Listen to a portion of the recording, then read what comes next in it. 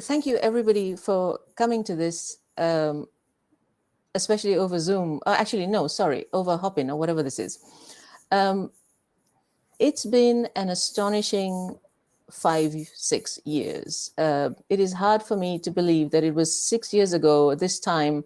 Mike, I, John De Niro, and a few other people had sat in a room and had kind of sketched out what we thought Data 8 ought to be, but we actually had nothing. And now we have, at the time, we weren't actually just thinking about Data 8, we were thinking about an entire arc. What does it mean for a student to be an informed user of data, to use data to make decisions? And that didn't stop at Data 8. We had a vision for a student's entire sort of the development of their curiosity, their skills. And so it's a pleasure and an honor to introduce Mike, who has been there from the beginning and sort of, was very much the heart of starting this this endeavor, and also capped it with Data 102. So he's there at the beginning of the student's arc and at the end of the student's arc.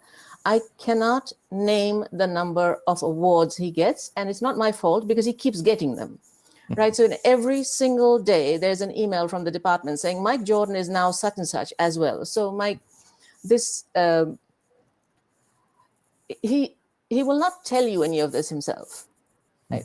But I don't think the students know just how fortunate they are to have, that kind of, background and intellect, developing a program like this. What they do know is that he knows cool people. And the statistics department is the only department to have had, in Berkeley, to have had a live superstar rap musician at their graduation, thanks to Mike. So he's exceptionally interesting and exceptionally thoughtful, and the best colleague and collaborator one could have. So it is my great pleasure to introduce Mike Jordan. Wow, Ani, thank you. You have another career in introductions coming if this career ever winds down. Thank you, that was very kind. First of all, nice to see all of you virtually. I'm actually in Italy here. You can't necessarily see that, but that sunlight there is the sunlight of the Padovan prairie, and I'm sitting inside trying to keep the family out. So all right. So let me see if I figured out how to share screen with this new system, which I never used before. I think I did with Eric's help. Actually, no, that didn't work. Now I remember. Oh, yes, I got to go to Chrome tab, and then I got to share that. Okay, so I can only do this by talking out loud. All right. Okay, Ani, do you see my screen? Okay. All right, so it's a pleasure to join all of you, to think more about undergraduates and their education and the future and all those kind of things. This is one of my favorite things to talk about. I actually haven't given many talks about this. And if you'll forgive, I'm going to introduce myself a little bit. I kind of think you probably don't know so much who I am. I'm not a rock star in the sense of an Ani Adhikari or a John De Niro. So I rarely would do this, but I'm going to introduce myself here. Actually, now I'm having troubles with this system. All right, so I think there we go. Okay. All right, so a little bit of personal history. So I've been around for a long time. I'm an old guy. My formal education was at Louisiana State, Arizona State, and UCSD. And it was, maybe surprisingly, was in liberal arts, philosophy, and literature. I speak Italian and I speak French and so on, coming from that era. And I'm not sure I'd say that I'm necessarily built on that in my life, but I'm very, very happy I had that background. I moved from there to psychology and cognitive science, so moving towards the scientific fields. And at some point I started to learn control theory because I was interested in how people move adaptively and wanted to understand how the brain could pattern movement. And I needed to learn something about some mathematics for that. And control theory remains to this day kind of the way I often think. I think about systems and components of systems and building systems that are adaptive and so on and so forth. So I'm not an AI person, and if you've seen any of my writings recently, I try to push back against the notion that our era is about AI. I much prefer the terminology of data science. It's a little more sober. It reflects what I think a lot of people in the real world are looking for from us. And I do think we're building systems that somehow involve people and parts and pieces, and they're large scale, they're planetary scale. And so data science is a pretty good terminology for that as far as I'm concerned. All right, so I also mentioned my undergrad education there was at Louisiana State, Arizona State. Those are not silver spoon in your mouth sorts of places. And I emphasize this with students that we all come from different paths and different trajectories and different backgrounds, and that's all good. Wherever you are, it doesn't really matter. It's the trip you're on and the people along with you on the trip. I somehow managed to move from that background to a faculty position at MIT. I was there from 80 to 98, 10 years in brain and cognitive sciences. So at this point, I'm doing sort of neuroscience. But at that point, I'd started to learn more about statistics, and I really wanted to be in a environment where there was statistical inference and kind of the theory and the tradition of statistics. So I was lucky to get an offer to move to Berkeley. And I've been at Berkeley ever since 1998. So I've been in ECS and statistics jointly, and I've also had a role in computational biology, which became my sort of side interest at the time. Read lots of books on that, and have been kind of prepared for the pandemic era, knowing about virology and epidemiology from all that reading I did. All right, so that's a little bit of personal background, and I don't want to hit space bar.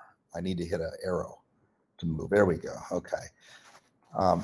So I came to Berkeley specifically to do statistics and computer science jointly. I was brought by Peter Bickel and Leo Breiman, who are statisticians, but who viewed the future had to include computing somehow. And so I was somehow deemed to be a person who could help with that. I didn't really know very much computer science, and I didn't even know much statistics either. So I was kind of faking it for a number of years. And so as part of faking it, I thought I would teach some interesting classes that somehow bridge the disciplines. And by teaching, I figured I might learn enough that I could actually pretend to be such a person. So I designed a course at MIT, and I rolled it out at Berkeley starting in 1998. It was about graphical models. So graph theory meets probability theory meets real world problems. A lot of the objects you study in computational biology in particular are things like trees, like phylogenetic trees, or like Markov chains, evolutionary processes, and so on and so forth. So graphs and probability and inferential problems were definitely coming together in that field. So I started teaching all of that, bringing sampling and graphs together with probabilities, and just thoroughly blending, and maybe making a mess of it, but thoroughly blending computer science and statistics. So a lot of examples were key to kind of keep students interested. And they were often from, as I alluded to, from biology, just from my own developing interest and kind of what in that era, what I thought was most interesting as a kind of new emerging field. Enrollment was in the hundreds, and I will brag a little bit on these first few slides because this was early days, and no one else was getting hundreds of enrollments of PhD students, not undergrads, PhD students in 1998. And it was just because this was clearly going to be a thing. And so, that class, taught me a few lessons. One of them was that computational abstractions you should start with that, and mathematical abstractions will follow. So, sampling ideas and graphs and sampling on graphs became the way I would convey ideas about symmetries and about, probabilistic sorts of ideas that then eventually you wrote down equations for. But you kind of didn't start with the equation. You ended up with the equation, and you got there after some work. I also began to believe that computation and statistics are natural partners. They were not there at the outset. Statistics is 300 years old at least, and even became formalized already in the 1800s. Computer science is slower, it has its own roots, but pretty different. They both became rigorous around the same time in the 1930s, or 20s, 30s, and it was really done by people who were mathematicians, but very broad mathematicians. So a Kolmogorov, a David Blackwell, a Norbert Wiener, et cetera. And so I don't think, would think of themselves as statisticians or computational scientists. They were both. But then somehow the field split apart. I think the problems got to be hard, and people started to focus on aspects of the problem, Let's worry about the bits in the computer. Let's worry about deterministic processes, about compiling and languages and so on.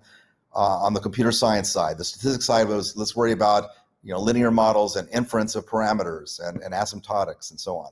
So the fields became really different, and the training was completely different.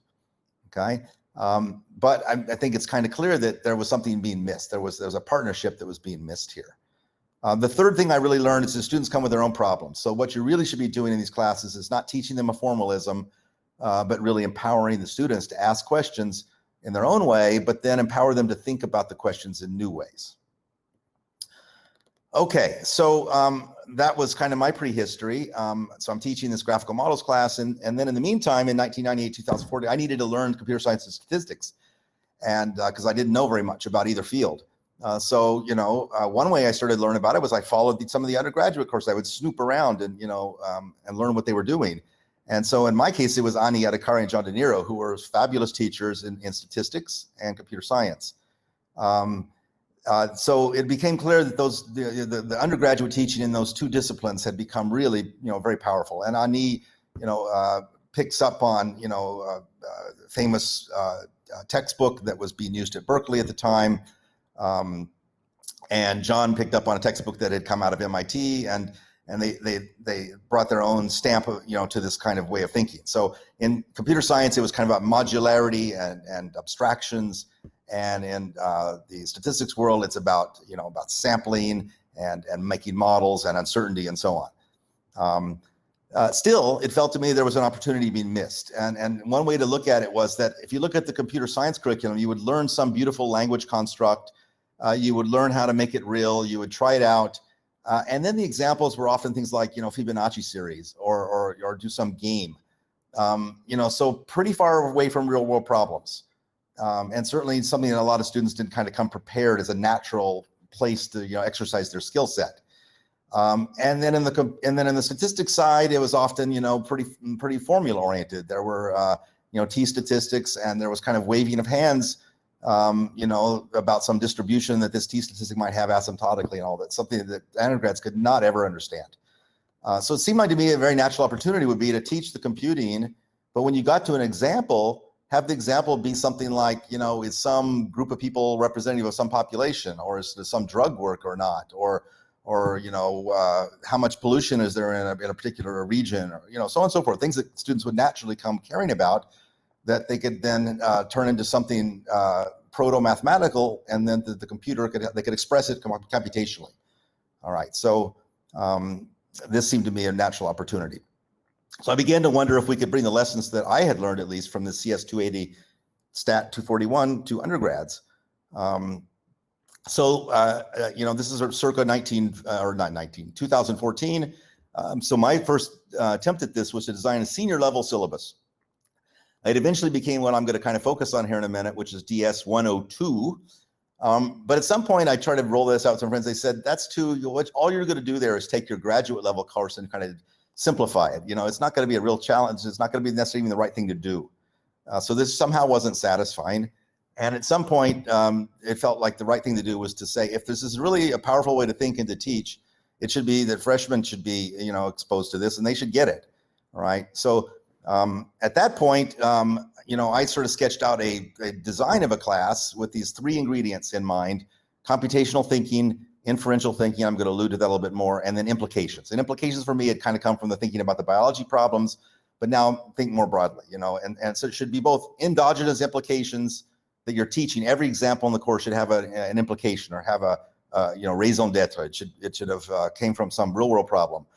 And then this notion of connector classes was present from the very beginning. The idea was that we're going to empower other people to step up and do things. We're not going to just teach and tell you what to do.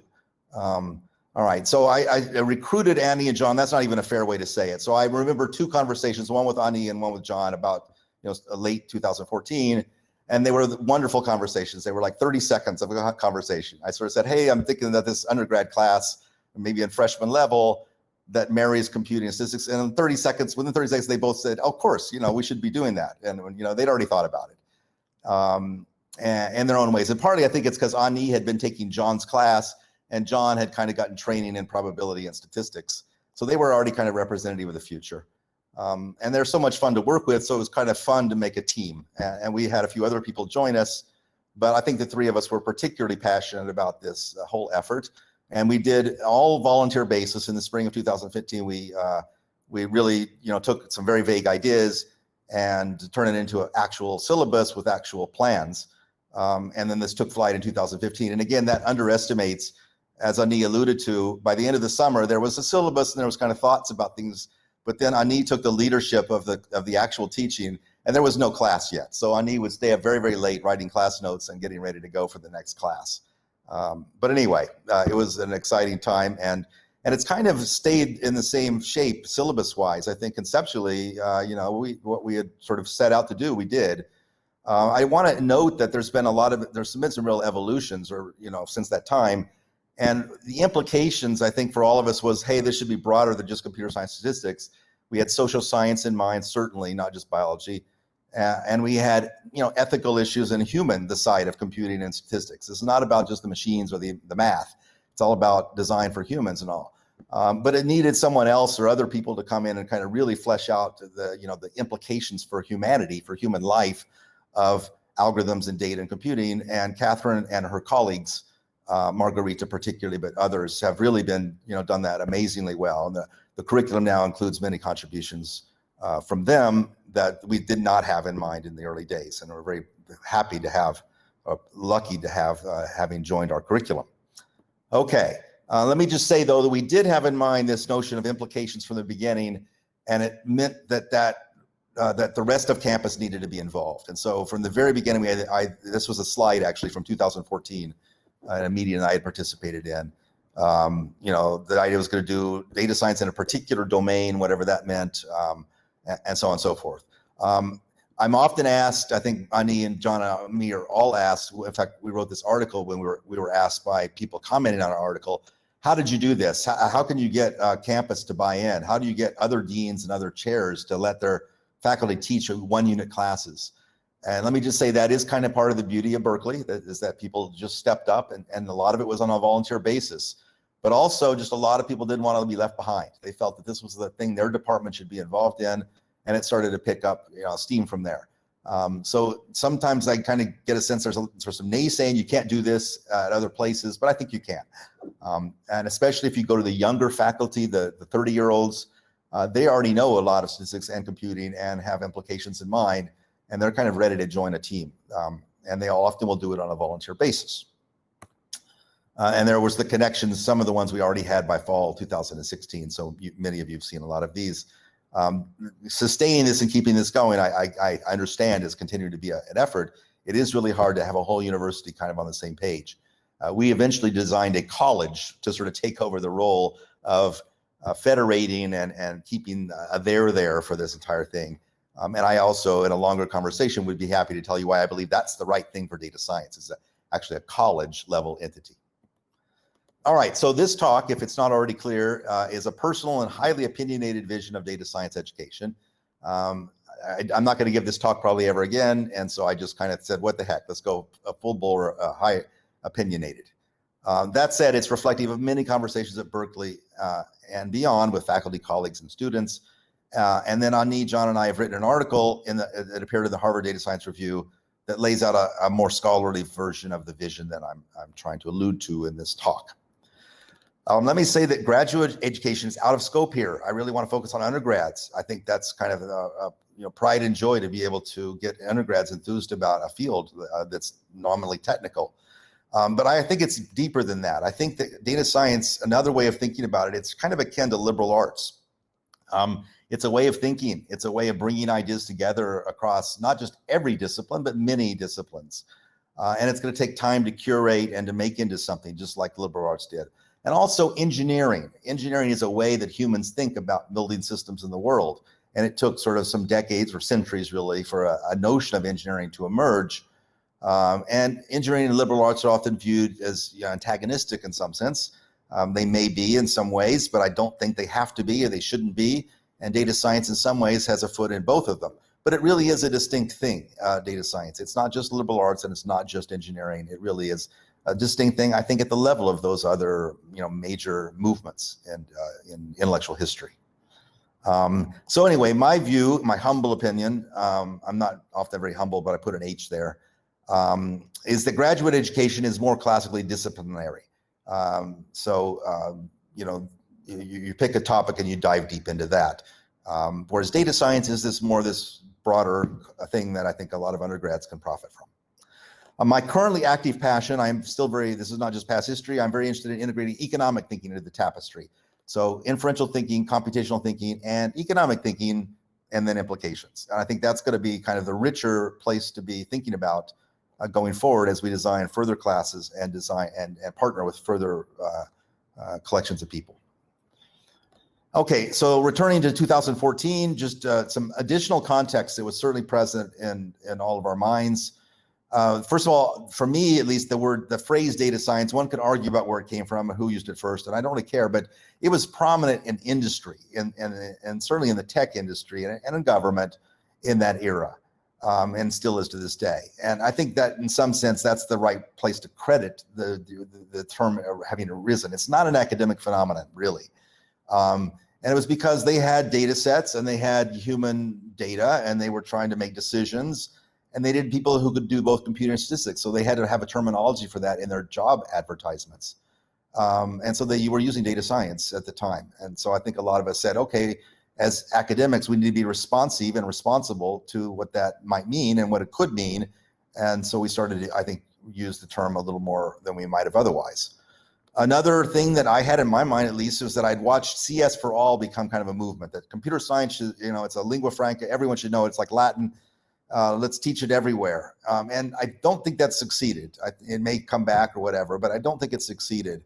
And I think the reasons are the ones that we kind of picked up on our data science curriculum, which is that it didn't tend to empower students. It kind of taught them what to do. It didn't let them bring in their own problems, and it didn't have inference in it. And those two things are serious problems. I already alluded to the success of advanced ideas at the grad level being brought down. And then the explosive growth of IPython in the day, now called Jupyter, and related browser-based computer environments. This has made it possible to run at the undergraduate level, such a curriculum. Okay, so let me say a little bit about this phraseology, computational thinking and inferential thinking. I'm sure, as you all know, computational thinking, it's been around for a while. Jeanette Wing used it famously in an article she wrote.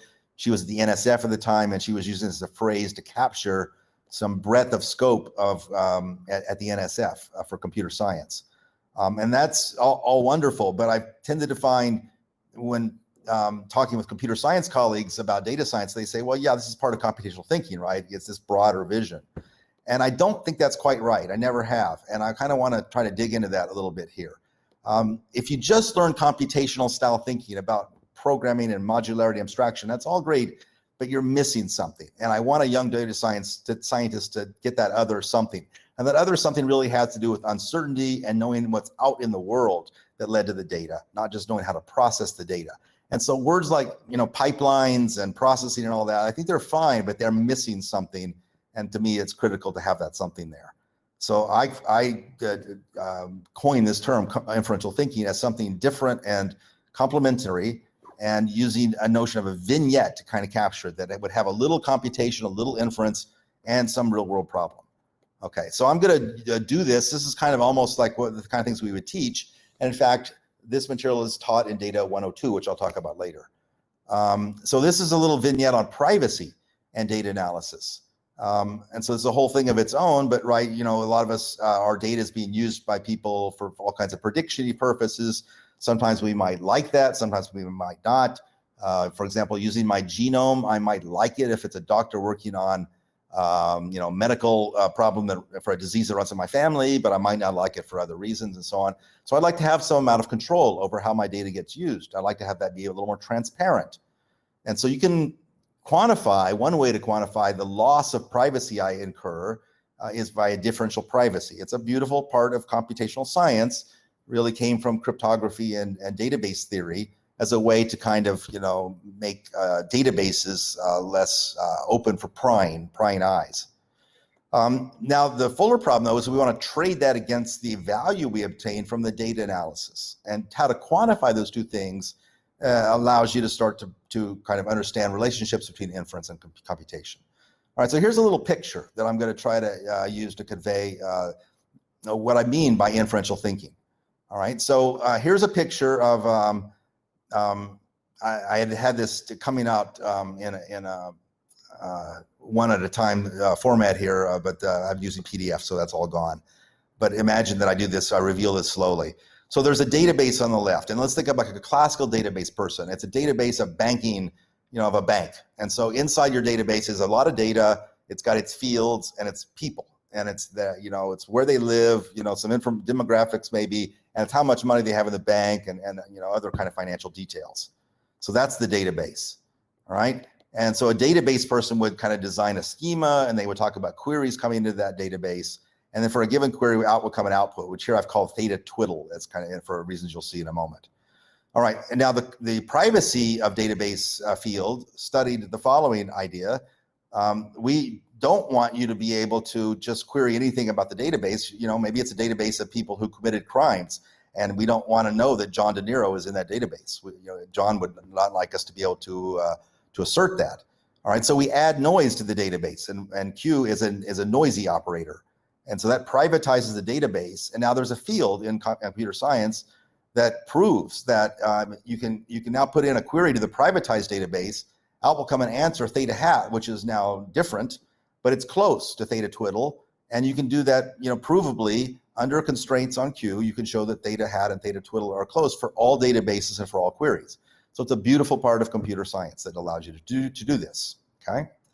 All right. Now, I learned about this, and I asked my computer science colleagues who developed this. I said, well, are you able to do inferential things with this architecture?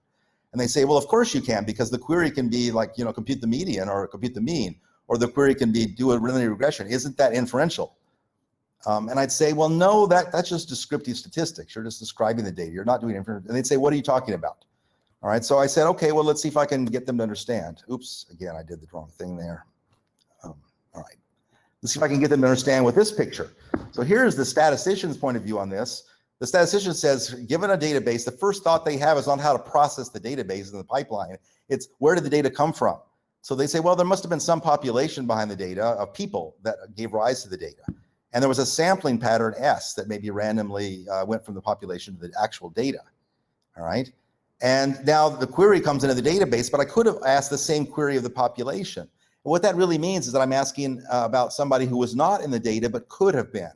And as soon as you're using that sort of subjunctive language, you're being a statistician. You're saying, well, they were not, but they could have been. That's an inferential kind of way of thinking. All right. Now, maybe to bring this home, let's think about the database as being different. It's not banking data anymore, where we have to protect people's privacy about how much money they have and all. Let's think about this as medical data. All right, so someone has gathered a bunch of data about people and their height and their weight and so on, and then they measured how long they lived after they were given some treatment, some drug. Okay, so typical medical data. All right, would you like to protect the privacy of people in that database? Well, sure. All right, but are you only interested in people in that database? Okay, no, you're probably, maybe these people are even dead and gone, but you're still interested in the data because it tells you something about human beings in general. All right, it says, well, if you give this drug to certain kinds of people, they're more or less likely to live. All right, that's what statisticians do. So they're really now are talking about this population. They don't care about who's in the database per se. Whereas in the classical banking example, more in the kind of CS world, you only care about the people in the database. That's the people in your bank. You don't care about people that could have been in your bank but weren't in your bank. All right, and so I hope it's clear now, at least I find students get this, is that they say, oh, I see, if they could have been but weren't, now we're doing a little more, something more statistical.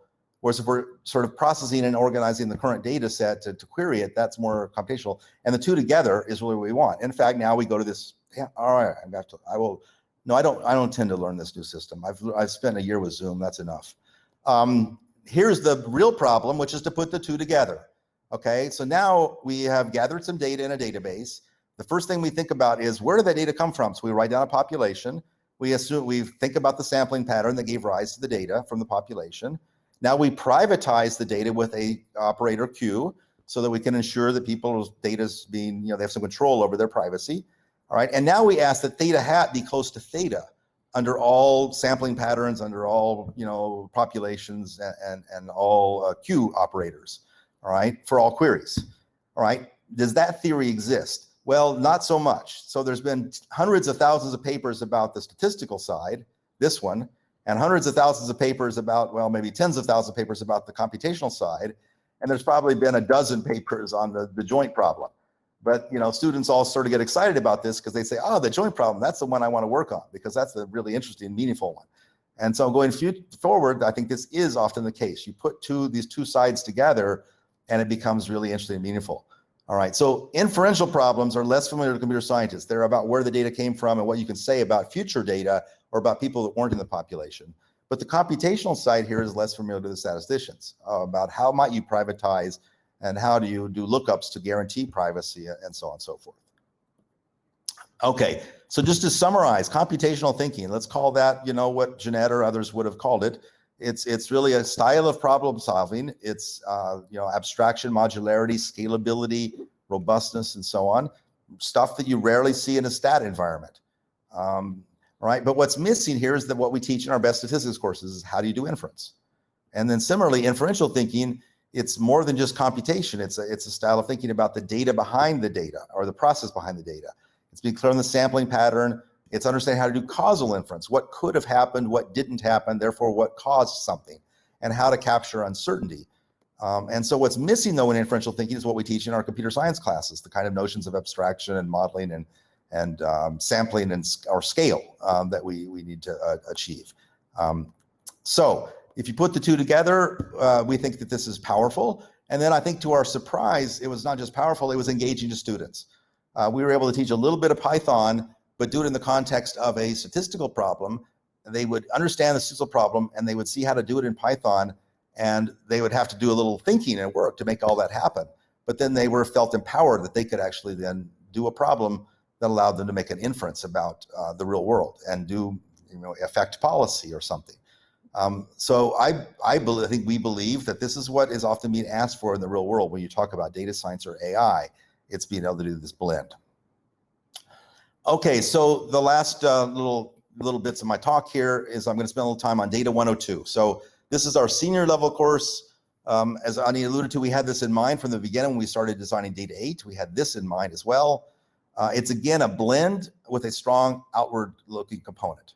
All right. Here's me teaching. I was very proud to be able to stand up and teach. This is lecture 1 in 2019 for Data 102.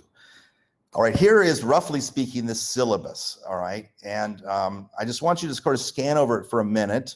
If you kind of work in these fields, you'll recognize a lot of these terms, and you'll recognize these are not in undergraduate curricula anywhere, and most of them, and almost none of them are in graduate curricula either. These are sort of research topics for many of them. But again, our point of view was that often the research topics are the ones that are responsive to the present era, and those are the ones the students want to learn about.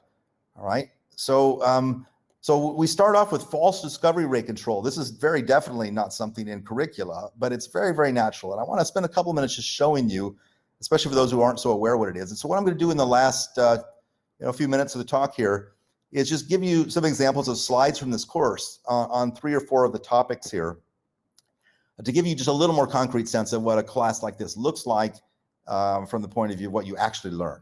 Okay, so false discovery rate control. Okay, I'm obviously not going to teach it here, but just to say that we're doing decision making now in this class. It's not just about analyzing data.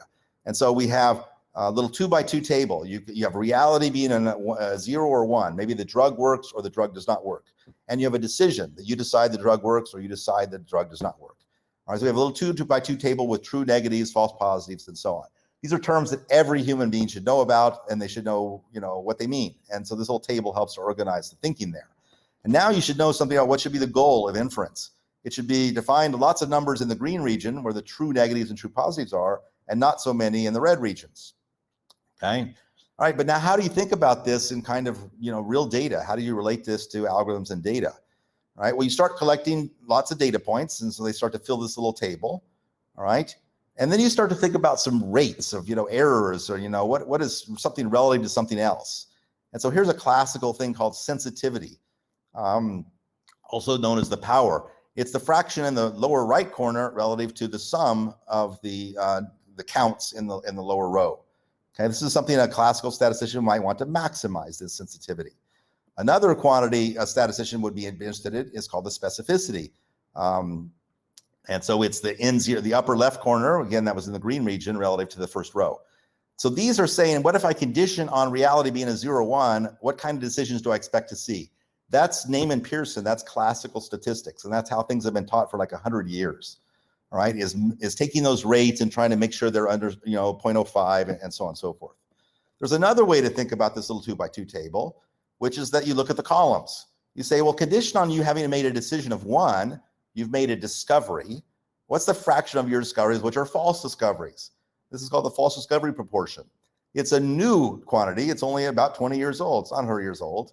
And it's actually a Bayesian quantity. It's conditioning on the data, the outcome, and saying now, given the data, what's the probability of reality? All right. So it's rarely taught, and it's thought of as an advanced thing, but it's not so advanced. It's just a different kind of way of looking at this little 2x2 table. All right, so this is a slide I would go to, in the class. We'd say, well, this is Bayesian, and they know what this means. They've taken Ani's class, 140. And these quantities in the columns are depend on the prevalence, the probability of the two states of reality. And then we would get into COVID, and what's the prevalence of COVID in the population? And how does that influence what you say about the probability of someone actually getting the disease, and so on. And then we can write down Bayes' theorem now and actually give it a meaning in terms of these inferential problems and this little two table.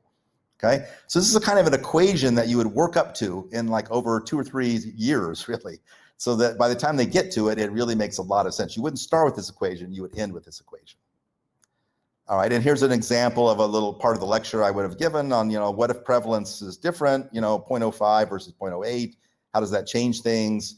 And during the pandemic, it was, we had, unfortunately, lots of great examples of weird inferences that people were making because of not thinking through the implications of this kind of table. I'm going to skip this slide here. I want to kind of get towards I finish up. We would now sort of say, well, that's just a description of the data. What's your goal in inference? Well, it's to control these errors, to keep them to be small. All right. And so we would talk now about going from Bayesian to frequentist procedures of analyzing error rates and give guarantees on things, all right? And in this setting, we had in mind another way of thinking, which was called online false discovery rate control. This is very advanced. You see like there's been maybe a dozen papers in literature about it, but it's extremely natural. Here's a little picture of it, which is you're trying to do A/B testing in, say, an industry. Like, you're trying to decide what to put on your website. Should you have a gray widget or a blue one? Should you have a small versus a big, emoji? Or how should you orient things and so on? So people, in the industry, they test things out. They call these A/B tests. All right, and so you could have a decision rule that just kind of waited till the end of all of these tests and gave you an overall error rate. That's not what they do. They do it one at a time. They keep adjusting things as they go. All right, but a statistician would sort of say, you're not going to be in trouble now because your type 1 error rate is going to build up and build up and build up, and you're eventually going to be making errors for sure. All right, but instead, there's a way, and I'm going to suggest this with a picture, to kind of give someone some statistical wealth in the beginning, and whenever they make a actual decision that is not a discovery, you lose a little bit of wealth. But whenever you make a discovery, you earn wealth and you gain it back. And so it actually is possible during one's entire lifetime to keep the false discovery proportion or the rate under 0.05, even if you've made, countably infinite number of decisions. And so this is actually a surprise to a lot of people. But by the end of this little sequence of lectures, students totally get this. And they're ready to kind of go run with that and apply it in real world problems. Moreover, it's possible to actually prove that statement I just had. And there's like a 1-page proof. It's what Erdős would call a proof from the book. It's simple, it's elegant, it has conditional expectations in it. And again, probability 140 has helped prepare the student for this. And we kind of aim for that by the end of this. Okay. Here's another little bullet inside the syllabus, causal inference, very important for us. This has to do with real world decision making. Well, causes are what's out in the real world. You have to think about causes. And so here's a couple slides again from the course where we say, look, you've probably heard that correlation and causation are different. You'll find this mistake being made all the time out there in real life.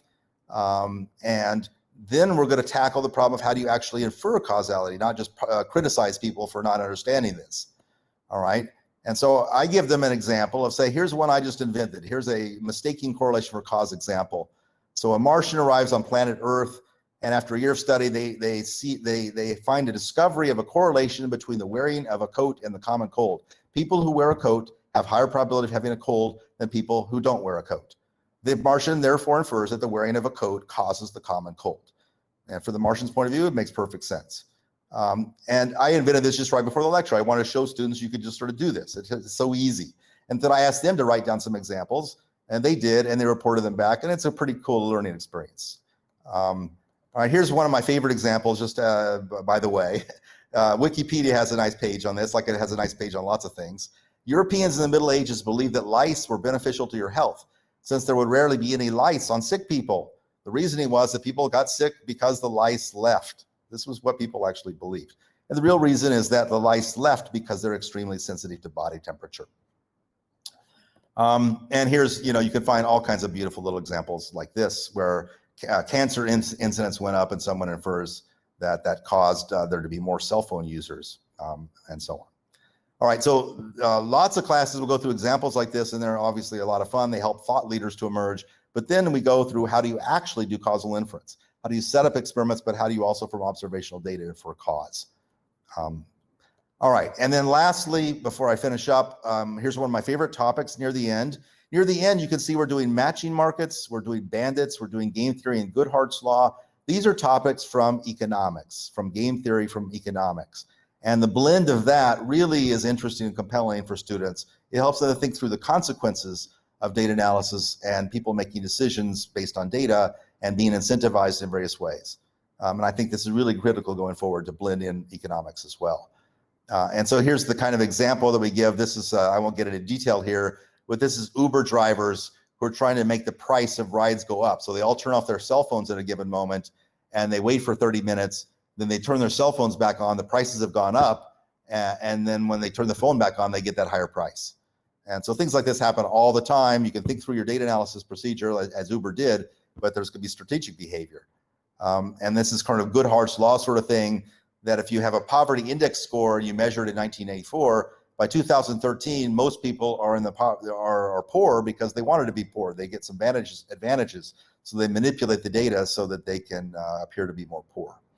All right, so again, this raises questions about how do you assess this, but then how do you actually think it through? How do you make this not happen? How do you ensure that people are treated fairly?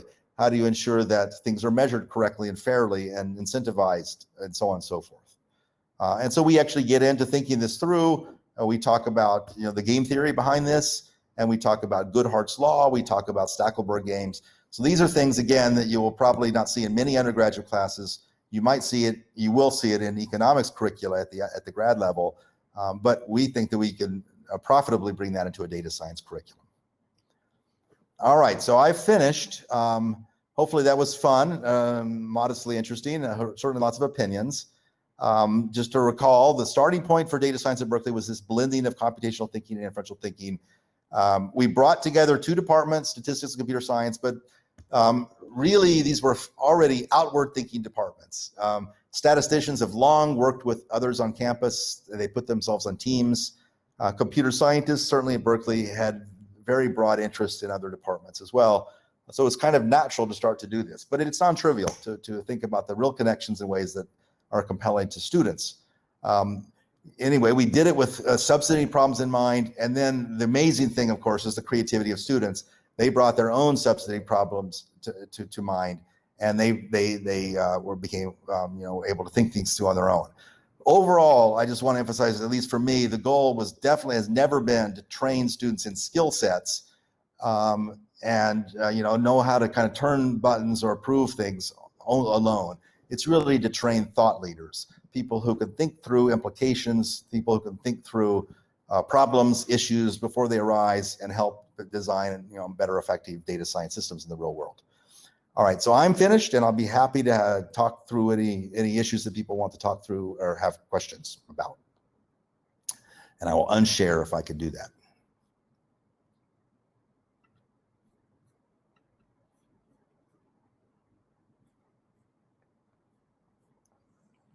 Mike, Michael earlier in the chat had a question about inferential thinking versus statistical thinking, and you briefly alluded to it, actually coincidentally exactly while he was asking that question, which is there is the descriptive statistics side of regression and so on versus inferential thinking. Maybe could you address this a little bit? So if I can find the question. Okay, so here's the question. To me, inferential thinking is only about statistical inference, sample to population. Where do the concepts of bias and multivariate thinking fall into this structure? I think of them as statistical thinking, which is broader than inferential thinking. And there's a topic for discussion. Yeah, someone wants to get me into definitions, which I will resist doing. I definitely do that. I don't really think they're different, really, statistics and inference. I mean, I think it's the same. I just like the word inference because maybe generations of people learn statistics and they learned it as kind of a plug and play thing, and they learned it as descriptive, and they didn't learn the word inference. And I think it kind of wakes people up to think, what does this word mean? And it also is kind of more suggestive of me. It's not just about gathering data and making tables and all. The origins of the word statistics sort of kind of came from that. It was pretty descriptive. Whereas inference is definitely more about inferring what's happening in the real world. So bias is certainly a term that has to do with inference. I mean, it is about what could have happened in the real world but didn't when you gathered the data. It's an analysis technique too. The other part about statistics is it's both design, it's methods, and it's analysis. And you can be, say, a Bayesian statistician designing methods, and then you can be a frequentist doing the analysis. A bias in the narrowest sense in statistics is about a frequentist analysis of a particular kind of procedure that could be coming from anywhere. And you want to often mitigate bias, but not make it necessarily go away. But it's a comparison between what putatively exists out there in the world and what you've done inside the computer. So it's very, very much an inferential concept. But anyway, inference, I mean, people use it in different ways, but I just, also these words, computational thinking, inferential thinking, they're meant to include physicists, they're meant to include economists, they're meant to include cognitive scientists and all. Whereas statistics and computer science just seem, to me at least, they narrow things down. They're kind of a club of people in those departments. Whereas this thinking style, inferential thinking, computational thinking, that includes everybody.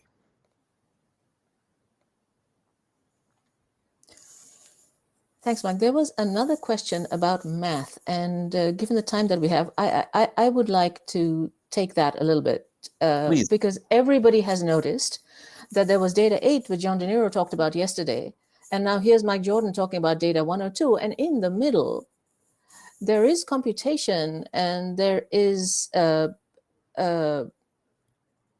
multivariate world, right, linear algebra, but there's a lot of math. And in particular, there is the math of uncertainty.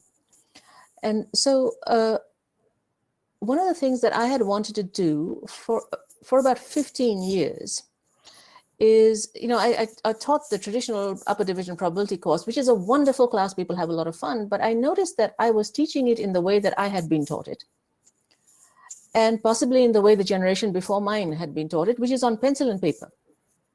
Whereas when I looked at the probabilists in the department, every one of them had a computational device open. Whether it was Wolfram Alpha or MATLAB or somebody, it was a back and forth. And indeed, if you think back to the history, De Moivre, Gauss, all of these people were actually doing numerical calculation by hand, which informed the mathematics that they then did. And I felt that it was somehow we were shortchanging our students by not blending these two worlds. That they would, and I didn't want them to go to data 8, where there was this wonderful blend of different ways of thinking, and then have to go to a traditional probability course where they had to take out their notebook and pencil and just stick to that. Right? As an EECS professor told me, yes, well, why would you want them to go back 50 years? And my point is that we were not going back 50 years. We were somehow ignoring how probability was actually done. And so we created a probability course where the students go back and forth between computation and mathematics. It's a lot of work. It's not an easy course. But at the end of it, they come out with a very concrete sense and of quantifying uncertainty. And this starts out in data 8, already at the end of data 8, which has very little mathematics on the surface. They understand which distributions look like which other distributions, which ones look normal, which ones don't. And so then they are well set up to understand what are the interesting questions to ask, and why are certain concepts so much studied in probability theory. Motivation is very clearly established in data 8. And so when we have the entire arc, they can see it all coming together beautifully. There is a student who wrote in one of the evaluations, Mike used the word faking it with statistics in one part of it. I think you're talking about your background. And the student who wrote this evaluation said that they had done an elementary probability class. In fact, they'd also done our upper division machine learning class in computer science, the CS 189. And they said, but I realized that I couldn't keep faking it with probability. I had to actually understand. And it is the combination of computation and mathematics that I think helps students actually understand. You know, when they use, I mean, I can take them through Markov chain Monte Carlo, I can take them through the mathematics of Metropolis, but it's when they actually use it to see the substitution code decoded by the algorithm right in front of them that they somehow truly get how powerful this is, and it sets them up for the future. So in all of this, computational thinking, inferential thinking, quantifying uncertainty, there is, to my mind, a pillar that is missing, and that is mathematics. And I really hope that we can have more of an integration of the mathematics, including the department, into what we do. But Man had asked, where's math in all this? Math is, it is part of it all. It is what you use to make all of this work out. And so I hope that by using data 8 as a motivator for mathematics, we can get students to have somehow a more open attitude to their mathematics classes, instead of doing it the other way around, which is telling them, you first go and learn mathematics, and then we'll teach you about data. We tell them, here, you know so much about data, you can see that you need some mathematics to go further. Now go take the math. This was our attitude to mathematics, and I'm hoping that it's going to be fruitful.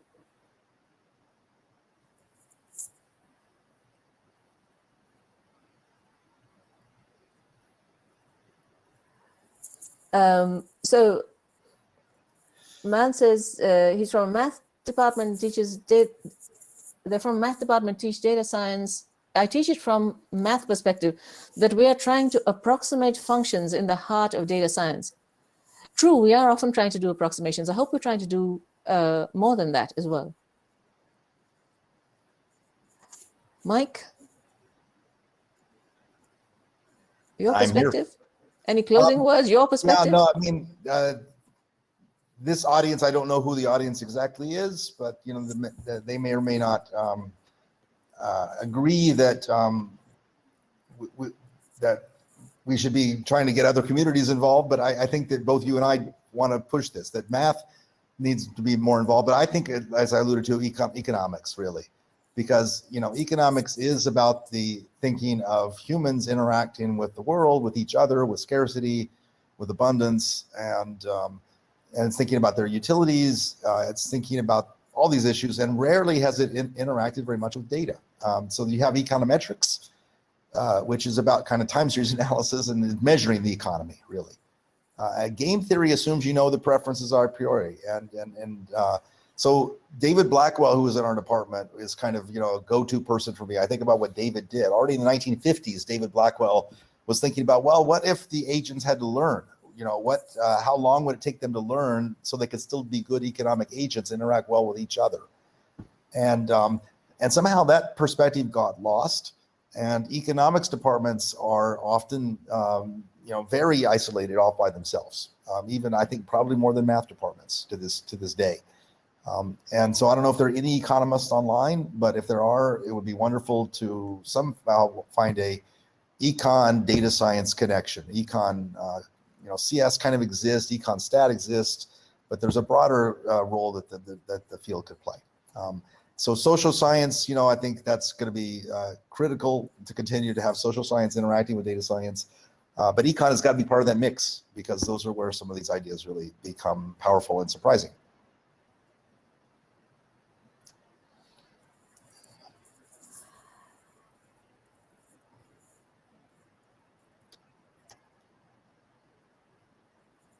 So Eric, we're at 10:58. How would you like us to proceed?